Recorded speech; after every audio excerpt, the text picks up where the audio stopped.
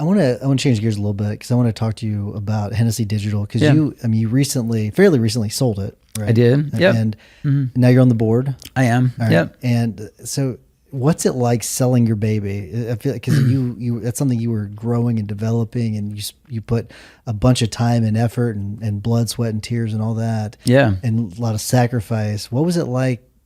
I don't know if letting go is the right word, but I mean, essentially letting go. Yeah. So I guess when you sell a business, it's a strategy, right? It just doesn't, in most cases, it doesn't just happen by chance, right? And so for us, like we were going to take a 3-year journey because you run the business a little bit differently when you're prepping to sell. And so we were about 8 months into our 3-year journey when a private equity group came knocking at our door. And it didn't seem like it was the right time. But the private equity group checked what I like to say 3 boxes. And so the 3 boxes were, is it going to be a right fit for my clients? Because we've met with other private equity groups where if we were to sold to them, it just wouldn't have been a good solution for our clients. So that checked that box. Is it going to be a right fit for my staff? And so it seemed like it was going to be, a perfect fit for them. And then the third box was, is it going to be a good solution for what I want in my life where I'm at? And so the beauty about this deal is it not only checked the 2 boxes for my staff and my clients, but for me, like, I feel like I've got so much more to give. So when you say like, just letting go of your baby, like I'm still the CEO of Hennessey Digital. So I'm still in control. I am on the board.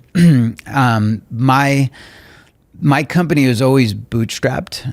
And so I only had so much budget to bring to life some of the ideas that I've had, right? And my COO is like my no person, right? So like, because a lot of times entrepreneurs, they get sidetracked, right? It's like, I love SEO, right? That was the sidetrack, right? Let's build this, right? But those become distractions. And so my COO he keeps me on track. And so he'll say like, that's a great idea, Jason, but just not right now, right? Because maybe we don't have the budget to develop this new technology or bring this new idea to life. And so by bringing in private equity, it gave me access to so much more capital and resources. And so I'm excited for what the next 5-7 years looks like, having financial backing of the private equity group. And so it's just so much fun. It's just a different world that I'm living in right now. Mm-hmm.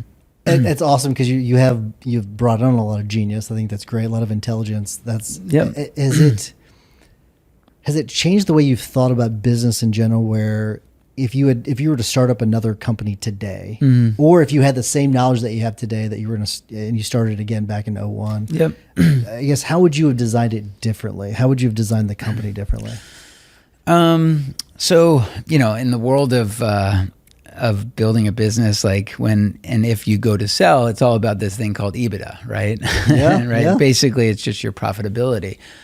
So I think I would have probably just, there comes a point where when you're building a business, it's just like a lifestyle, right? In fact, there's probably a lot of people that are watching this podcast or listening to this podcast right now where you're at that stage of business where it is just a lifestyle, and that's perfectly acceptable. Having a lifestyle business is amazing, right? You could go out and take vacations with your family. You don't really want to delegate too much. You're more of kind of in control, right? And so for the first 3 or 4 years of my agency, it was just a lifestyle business, right? But then I'm like, you know what? If I really want to take this to the next level, I really need to kind of focus more on growth. And so for the next 5 years, I'd say, I was on growth mode. And so when you're on growth mode, you're not really focused on profitability, right? You're going out and you're hiring people, you're making money, you're finding out what is your zone of genius and how could I focus on that and delegate everything else to other people. And so when I was in growth mode, that's when we really started to kind of scale. I got a coach who helped me go from 5 million to 10 million. He's still my coach now, and he helped us get to now over 20 million. So knowing what your limitations are, right? I thought I was really good at SEO, but I wasn't a good CEO. At least that's what I thought. And it turns out to be true because I had a lot of things to learn there.